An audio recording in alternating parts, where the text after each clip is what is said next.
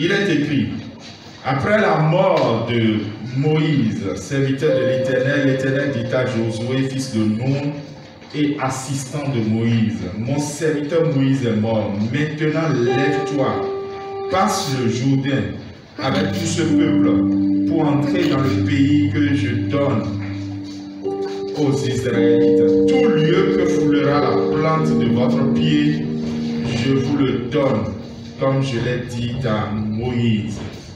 Bien-aimés, vous devez croire en cette parole ce matin. Je ne sais pas à cause de qui cette parole a été relâchée, mais le Seigneur dit, je vous le donne. Et quand Dieu dit, je vous le donne, c'est une parole forte. C'est une autorité, une puissance qui vous accompagne et qui rend l'impossible possible. Quelqu'un dit Amen. Quand Dieu dit, je vous le donne, c'est l'espoir au milieu de beaucoup de choses qui sont sombres. Quand Dieu dit, je vous le donne, c'est la parole à laquelle vous devez croire, à laquelle je dois croire ce matin. Qui veut prendre ce que Dieu lui donne ce matin? Qui veut posséder Jéricho qui est barricadé, fermé? Qui veut renverser les géants de sa vie et de sa destinée? Tu te tiens debout ce matin, nous allons pouvoir passer un temps. Et tu vas commencer par prier. Tu vas dire, Seigneur, je crois en ta parole. Quand tu as dit, je te le donne, je crois que tu m'accompagnes. Quand tu as dit, je te le donne, je crois. Et je vois déjà même en esprit ce que tu m'as donné. Quand tu as dit, je te le donne, je sais que je partirai dans l'onction, la puissance et l'autorité de ton nom. Commence par prier ce matin au nom de Jésus. Et let ta voix prie. Parle à ton Dieu qui a dit, je te le donne. Car quand ce Dieu a dit, je te le donne, c'est qu'il donne. Quand il dit, je te livre tes ennemis, c'est qu'il les a livrés. Quand il dit, je pourvois, c'est qu'il a pourvu. Quand il parle, c'est pour que la chose arrive. Quand il ordonne, c'est pour que ça s'exécute. Ton Dieu est le Dieu qui fait et nul ne peut contester. Dis, Seigneur, je crois que je reçois de ta part ce que tu me donnes ce matin. Seigneur, nous croyons que tu vas nous amener ce matin. Nous croyons que nous allons recevoir ce matin. Nous croyons, Jésus, que nous avons déjà reçu. C'est pour cela que nous t'élevons ce chant. C'est pour cela que nous te chantons ce matin. Nous te demandons, Jésus, de recevoir notre Père. De recevoir.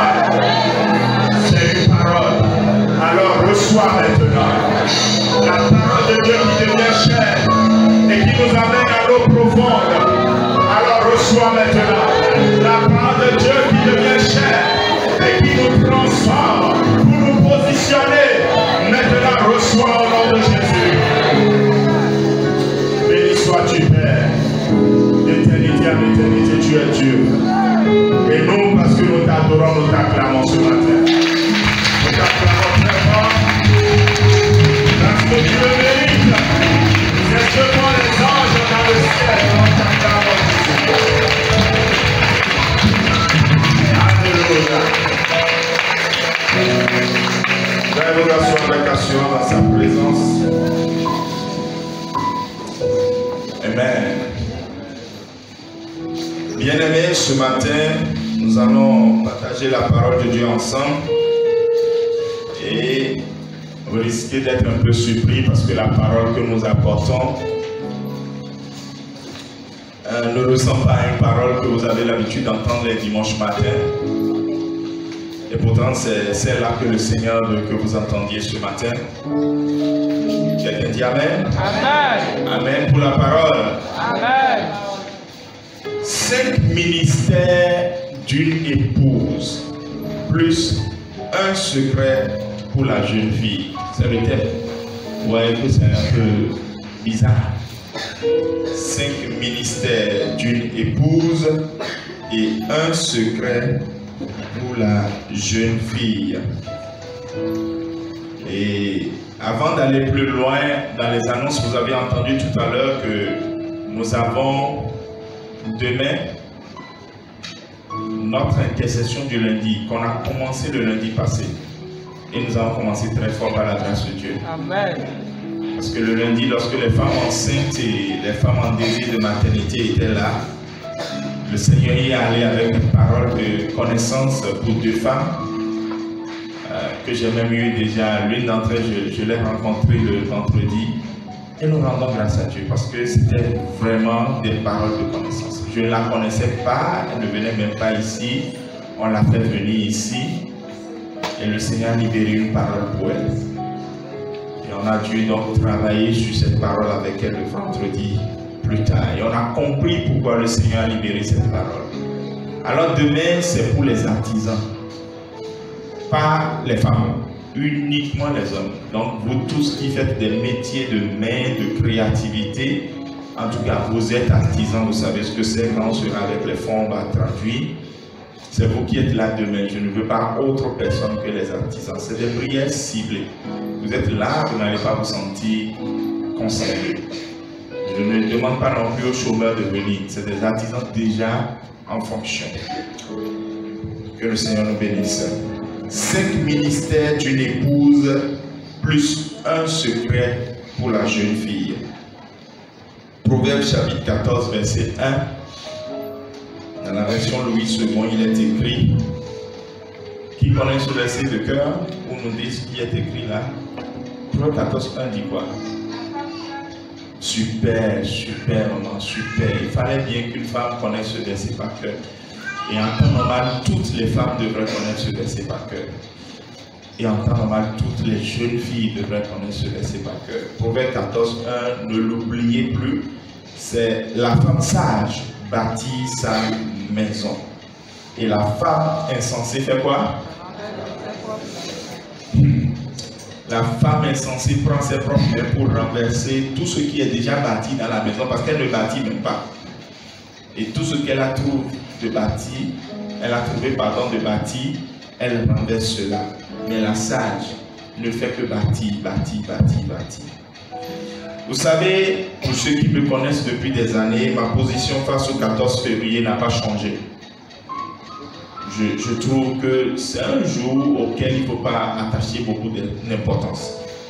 Ou pas du tout d'importance. En tout cas, pas l'importance que le monde veut qu'on attache à ce jour.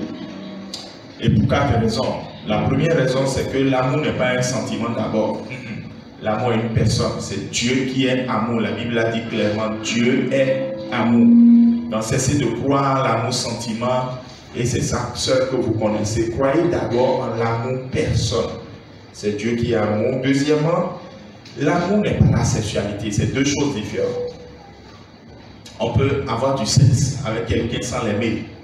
C'est pour ça que la prostitution existe. D'accord? Donc l'amour et la sexualité, c'est deux chemins différents. Puis après, c'est deux chemins qui se rejoignent dans le mariage. Troisième raison, l'amour n'a pas une date. Il se célèbre tous les jours en temps normal. D'accord? Et tous les jours, il faut donc essayer de vivre l'amour. Et quatrièmement, justement, cet amour qu'il faut célébrer tous les jours a beaucoup de dimensions qu'on ignore ou qu'on néglige. Mais on s'attache uniquement à l'amour sexe, à l'amour 14 février, alors qu'il faut aimer Dieu, il faut aimer son prochain, il faut aimer l'œuvre de Dieu. Il y a tellement de choses à aimer. Mais tous ces aimés-là ne nous disent rien. Le seul aimé qu'on connaît, c'est le aimé des films, des feuilletons, de la sexualité, du commerce. C'est pour ça que justement, il faut à tout prix que le royaume des cieux brille et que les ténèbres du monde disparaissent. Quelqu'un dit Amen. Amen. Mais nous n'allons pas vomir entre griffes le 14 février. Il faut plutôt saisir la saison là pour montrer les principes du royaume. Et c'est ce que nous allons faire justement aujourd'hui et le dimanche prochain. Nous allons saisir justement cette saison dans laquelle nous sommes restés et où les gens se sont perdus dans beaucoup de choses. Nous allons saisir cette saison pour dire voici comment ça se passe dans le royaume des cieux. Ce n'est pas que nous sommes en train de marcher avec le 14 février. Et donc aujourd'hui nous allons parler aux épouses, c'est-à-dire les femmes qui sont déjà dans un foyer. Et nous allons parler aux jeunes filles, les jeunes filles qui sont appelées à entrer dans un foyer. Le dimanche prochain, nous allons parler aux hommes et aux jeunes garçons. Quelqu'un dit Amen. Amen. 5 ministères donc d'une épouse. Avant de vous les citer, vous allez remarquer tout à l'heure que les 5 ministères là commencent tous par S. Donc c'est 5 S que nous voulons présenter comme ministère de l'épouse auprès de toute sa famille, de son mari, mais de toute sa famille.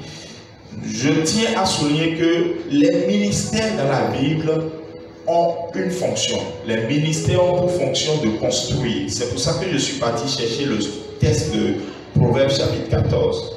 Quand vous prenez Éphésiens chapitre 4, du verset 11 au verset 15, on a dit que Dieu a donné les pasteurs, les docteurs, les apôtres, les évangélistes et les prophètes, qui sont des ministères. Dieu les a donnés à l'église pour quel but?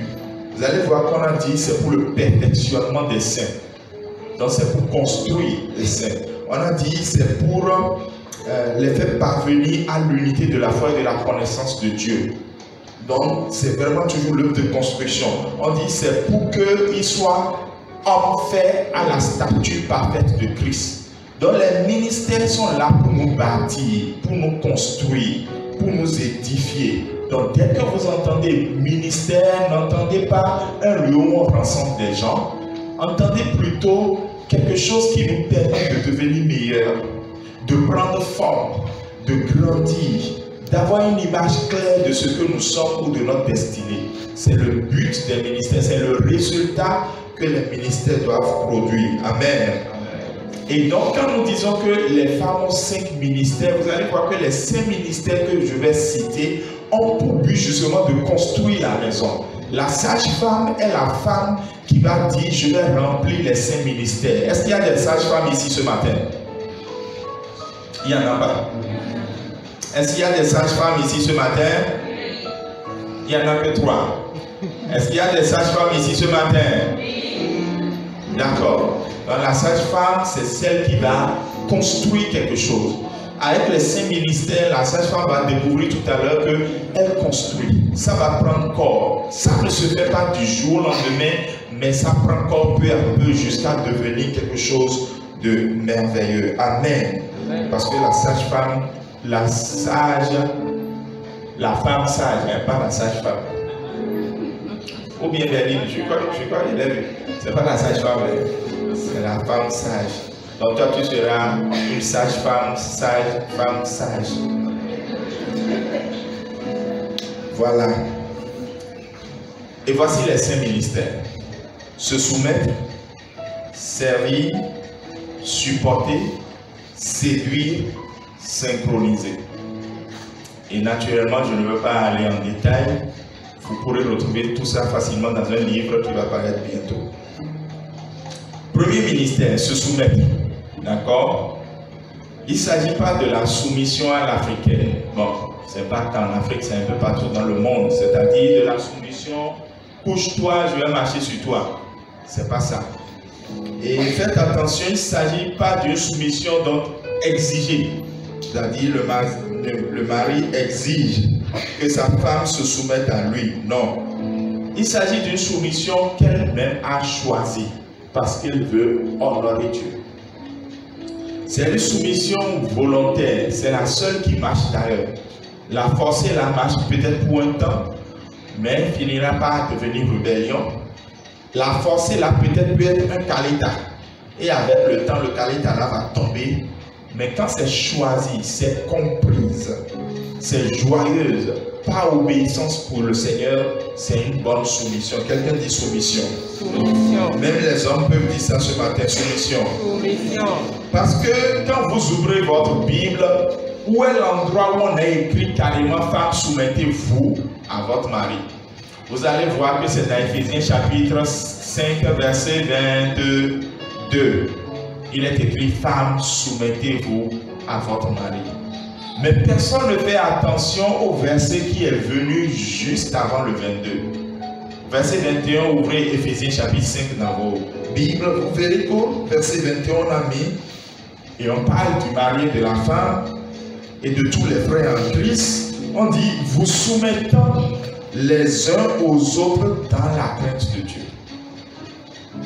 Donc au fond, même quand il arrive à un mari aussi de se soumettre à sa femme, c'est à cause de Dieu. Et donc quand une femme se soumet à son mari et qu'elle reconnaît que c'est ce que Dieu lui demande, elle ne le fait pas pour les beaux yeux du mari, elle le fait à cause de Dieu. On le fait dans la crainte de Dieu. C'est une soumission choisie, voulue, joyeuse, parce que je veux obéir à Dieu. Les femmes, Je vous vois venir à l'église, vous investir dans beaucoup de choses. La plupart des ministères remplis dans l'église, c'est les femmes. C'est elles qui sont un peu partout à travailler. Certainement, vous le faites parce que vous craignez Dieu. À la maison aussi, faites-le. Soumettez-vous à votre mari, j'allais dire, parce que vous craignez Dieu. C'est la crainte de Dieu qui doit être la source qui fait jaillir votre soumission. Et notez aussi que le verbe est pronominal. On a dit se soumettre. Donc ça veut dire que toutes les fois que vous allez vouloir forcer une femme à se soumettre, ça ne marchera pas. C'est elle-même qui doit choisir de le faire. Et il faut qu'elle le choisisse. Une femme sage qui est ici ce matin dit: je choisis la soumission. Je veux qu'une femme sage ici ce matin dise: je choisis la soumission.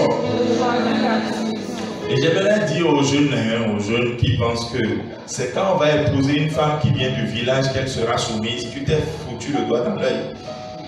Hein? Ou bien quand j'aurais épousé une femme qui n'a pas été à l'école, elle sera soumise. Ça ne marche pas comme ça. La soumission est un produit du Saint-Esprit. Puisque j'ai dit que c'est la crainte de Dieu qui pousse ça. Non, c'est un produit du Saint-Esprit. La personne peut ne pas être à l'école, ou la personne peut venir du village, mais pourtant ne sera pas du tout soumise.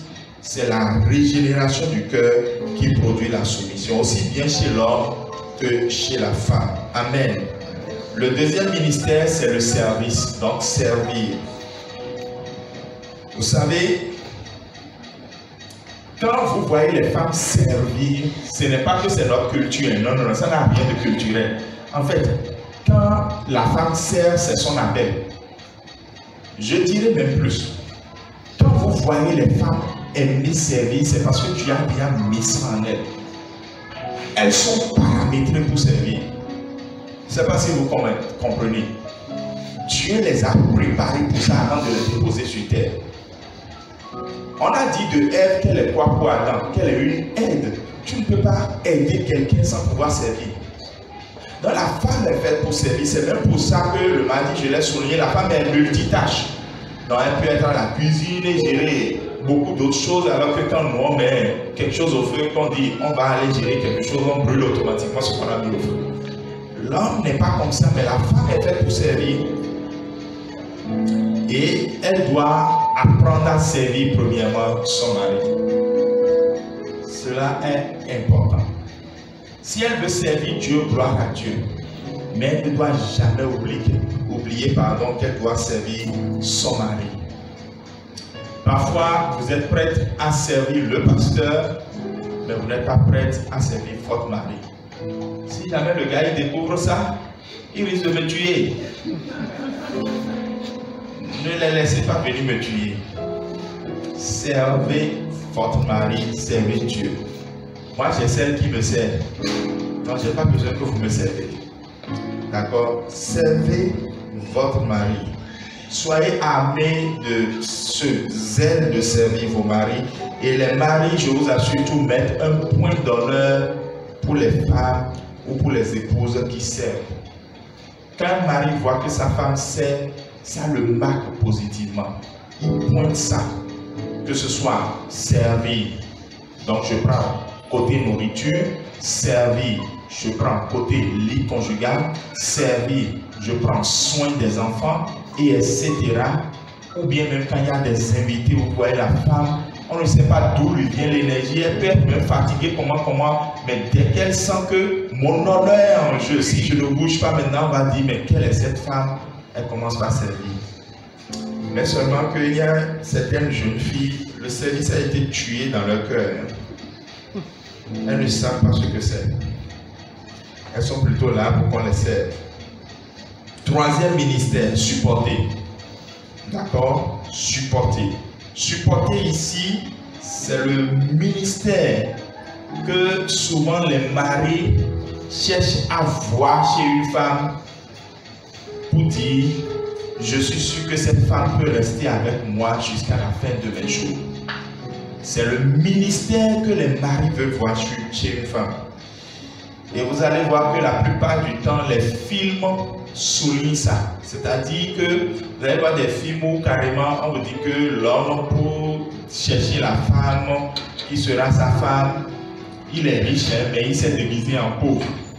pouvoir peut-être la femme qui pourra rester avec lui dans son état. Et c'est après qu'il lui montre qu'il est riche. Bon, je sais que c'est vous qui regardez les films, moi je ne regarde pas les films.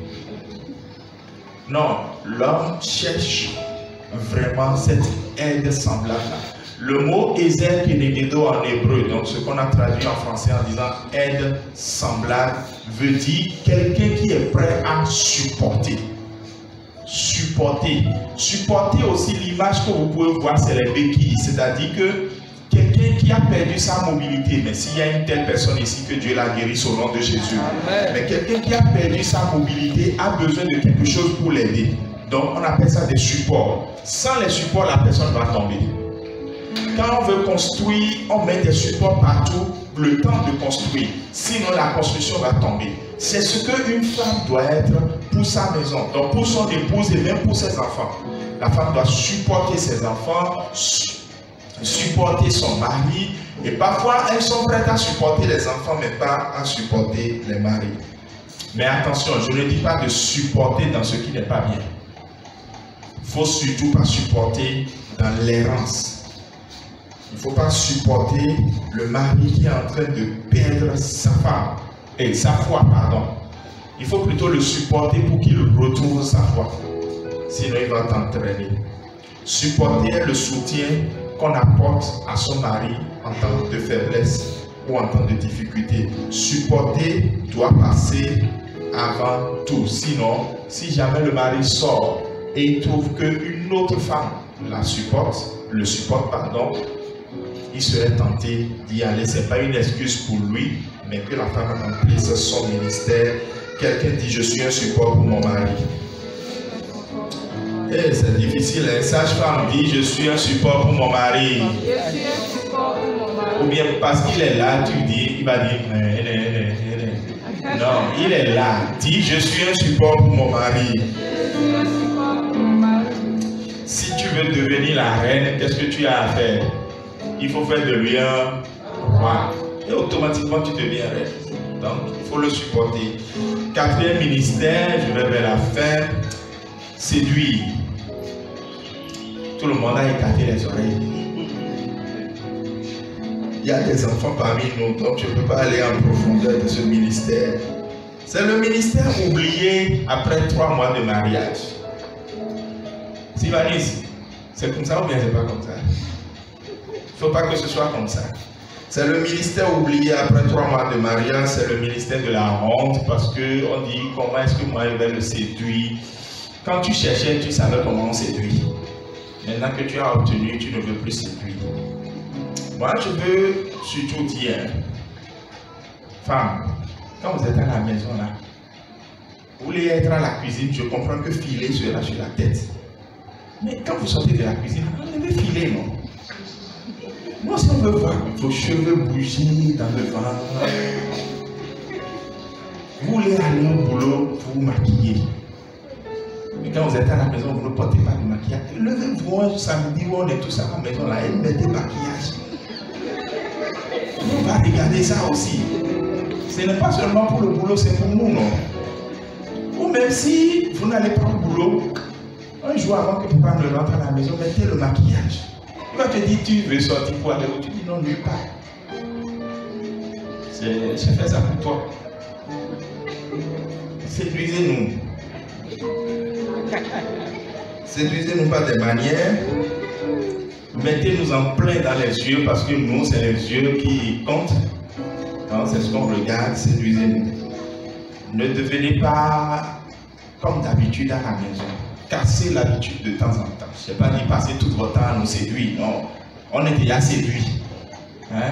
On est déjà gagné. Mais de temps en temps là, reséduisez-nous. Séduisez passe par des codes. Nous, on a des codes que je ne peux pas dévoiler ici. On peut être en train de dire des choses très intimes ici, vous ne pouvez jamais comprendre. Ah, c'est entre nous. Hein? Séduisez pas des codes. Montrez la preuve de cette complicité entre vous et votre mari.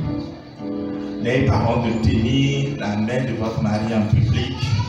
N'ayez pas honte de demander le sexe le soir quand vous en avez envie. Séduire n'a rien de diabolique parce que vous n'êtes pas tisa. Hein? Est-ce que c'est vous la maîtresse du dehors? Non, c'est vous là, l'épouse, non. Séduisez. Vous n'êtes pas une prostituée. Séduisez. Vous n'êtes pas Delilah. Vous êtes la femme de maison. Vous n'êtes pas Agar. Alors séduisez. Mais attention, j'ai dit séduisez votre mari. Si vous séduisez votre pasteur, vous irez en enfer. Et de toutes les façons, il ne se laissera pas séduire. Et le dernier ministère, synchroniser. En fait, il fallait que je trouve un mot commençant par S pour faire mes 5 S. Sinon, synchroniser ici, en fait, c'est devenir un avec votre mari. Devenir un avec son mari. Devenir un avec ses passions. Bon, il paraît que les hommes aiment le foot et que les femmes n'aiment pas. Si tel est le cas, par exemple, bien que tu n'aimes pas le foot, de temps en temps, il faut devenir un avec lui dans le foot qu'il aime. Vous voyez, devenez un vraiment avec votre mari, devenez un avec lui dans son travail. Peut-être que vous ne comprenez rien de son travail, mais allez, devenez un avec lui dans son travail, juste en lui demandant par exemple quels sont les challenges que tu as dans ton travail. Je veux prier pour toi. Et peut-être lui-même te dira quels sont les challenges que tu as dans ton travail. Je veux aussi prier pour toi. Et puis vous allez voir que finalement vous allez partager vos challenges. Alors que là vous étiez là et vous dites, elle sait que mon travail est difficile. Elle ne sait pas. Hein? Il sait que mon travail est difficile. Il ne sait pas. Donc devenez un dans l'éducation des enfants, c'est important. Synchronisez surtout à ce niveau-là. Il ne faut pas que l'un dise autre chose et l'autre dise autre chose par rapport à l'éducation des enfants. Devenez un dans la gestion des beaux-parents. Il ne faut pas que quelqu'un gère ses parents à lui comme il veut, mais qu'il faut que vous synchronisiez les choses dans la gestion des beaux-parents. N'est-ce pas, Diakinas? Voilà, il faut vraiment synchroniser dans la gestion des beaux-parents. C'est un cours que nous donnons pour préparer les journaux mariage. Et chère épouse, bâtissez votre maison. Si vous avez besoin de leçons dans le domaine de synchroniser, allez consulter Dada Ève. D'accord? Dada, grande sœur Ève, connaît bien comment faire les choses. Sinon, je suis toujours ébahi sur la manière dont elle est arrivée à influencer Adam pour qu'Adam mange la pomme. Alors que c'est à Adam que Dieu a dit ne mange pas. Alors, le gars était prêt à ne pas manger. Mais qu'est-ce qu'elle a fait? Comment est-elle devenue un avec lui au point de l'influencer pour qu'il mange plutôt la pomme? C'est ça. Donc, chère épouse, construisez vos maisons avec ces 5 ministères. J'entends une épouse dire Amen. Voici maintenant le secret que j'aimerais donner aux jeunes filles. Nous allons prier. Jeune fille, lorsque tu choisis d'aller au mariage, ne cherche pas l'homme qui a quelque chose aujourd'hui forcément. S'il a, tant mieux. Mais même ce qu'il a aujourd'hui n'est pas ce qu'il est supposé avoir in fine. D'accord? Cherche un homme qui aura plus demain. Peut-être que je ne me suis pas fait comprendre. Et ici, je vais donner un témoignage personnel. Lorsque vous voulez épouser quelqu'un, demandez à Dieu, ou si vous l'avez déjà, de développer cette capacité à discerner le futur de la personne que vous voulez épouser. Ce jeune homme-là, est-ce qu'il peut devenir grand demain? Parce qu'il y a des jeunes hommes qui ne sont pas destinés à devenir grands. Ça, je sais de quoi il parle. Sinon, de gros tarés. Non, sincèrement, à moins qu'il y ait une transformation surnaturelle dans leur corps, c'est des vaincus. Ils n'ont aucune ambition, ils ne veulent rien, ils sont de gros tarés. Il n'y a pas un autre mot en français pour le dire. Et ce n'est pas une insulte, c'est un adjectif qualificatif. D'accord, ils sont de gros tarés. Et là, n'épousez pas quelqu'un comme ça. Épousez quelqu'un qui, même si aujourd'hui il n'a rien, vous discernez que dans le futur, ça va marcher. Ouais, la dame là, elle a discerné ça. Quand vous me voyez, il y a quoi? Non, notre affaire là a commencé il y a 16 ans, c'est ça, hein? 17 ans bientôt, voilà, 17 ans.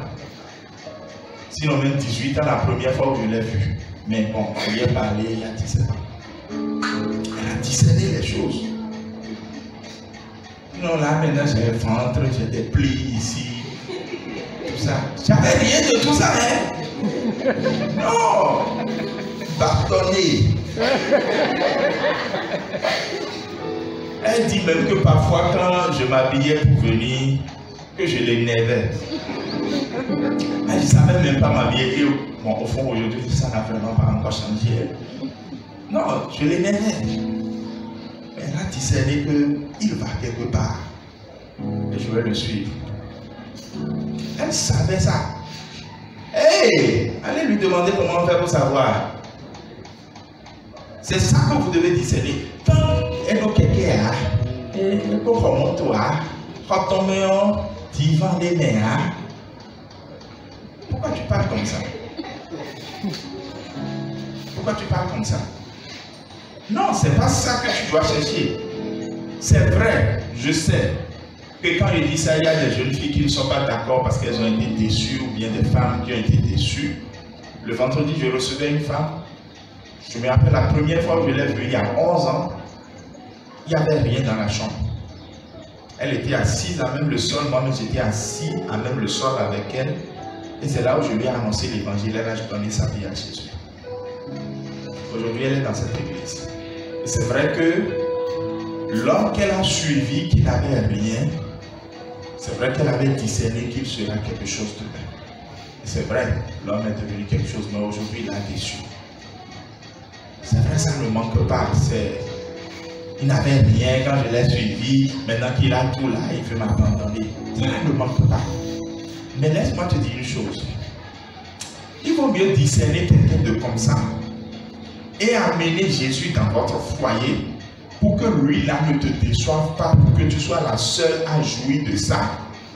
Plutôt que de discerner quelqu'un qui a déjà tout, mais qui certainement te met à coup sûr que tu aies invité Jésus ou pas, il va te cracher au visage, tu n'as rien construit avec moi. Ça, c'est une insulte qui va te blesser plus que même s'il t'avait déçu. Parce qu'en fait, on construit toujours ensemble. Jeune fille, c'est le conseil que je tiens à vous donner. N'épousez pas quelqu'un qui a une télévision et qui n'a pas de vision. Épousez quelqu'un qui a une vision mais qui n'a pas de télévision. Maintenant, s'il a une vision et qu'il a une télévision, c'est bon. Épousez un jeune homme qui va vous emmener loin dans la vie. Je vais vous tenir debout, nous allons prier. Les femmes vont prier pour dire, Seigneur, je veux remplir mon ministère dans mon foyer. Et pendant que je parlais, tu as remarqué qu'il y a un ministère que tu ne remplissais pas bien, tu vas le présenter au Seigneur. Les hommes vont prier pour leur épouse pour dire, Seigneur, bénis ma femme qui remplit déjà des ministères, je veux que tu la gardes pour qu'elle en remplisse davantage. Les jeunes hommes vont prier pour dire, Seigneur, je veux être un jeune homme de vision.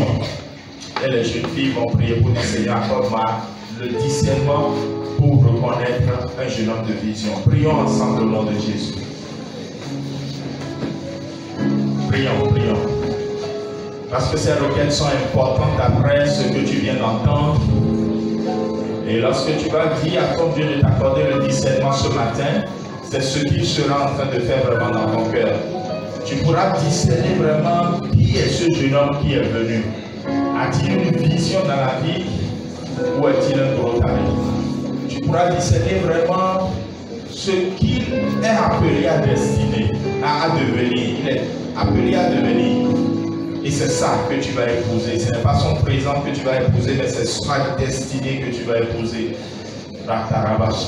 Demande à Dieu de faire de toi une femme qui bâtit sa maison, pas une femme qui la détruit en refusant la soumission, en refusant le service, en refusant la séduction, en refusant de supporter, en refusant de synchroniser. Non, ne sois pas ce genre de femme. Sois une femme vertueuse, sois une femme qui est remplie de vertu. Comme la Bible l'a souligné, une femme support pour son foyer. Sois un jeune homme de vision ce matin. Dis à Dieu, je vais quitter le club des tarés. Non, ma vie peut avoir un sens avec toi, Seigneur. Le pasteur vient de m'ouvrir les yeux parce que je viens de me rendre compte que je suis un jeune homme qui navigue comme ça. Non, Seigneur, je ne veux pas être ce genre de jeune homme, Seigneur. Donne-moi de vivre une vie qui a de sens. Et prie pour ta femme, prie pour ton épouse, prie pour qu'elle remplisse son ministère à tes côtés. Prie pour que la vie entre dans ton foyer et se construise. Merci Père éternel Dieu, parce que ce matin nous avons écouté ta parole qui a commencé par transformer les cœurs. Merci parce qu'aujourd'hui je sais qu'il y a une transformation enclenchée en cette saison d'eau nouvelle dans les foyers et ton nom sera glorifié. L'amour vrai est vécu maintenant et ton nom est glorifié. Nous comptons sur toi Père. Au nom de Jésus nous avons prié. Amen. Amen. Veuillez vous asseoir. Au tête de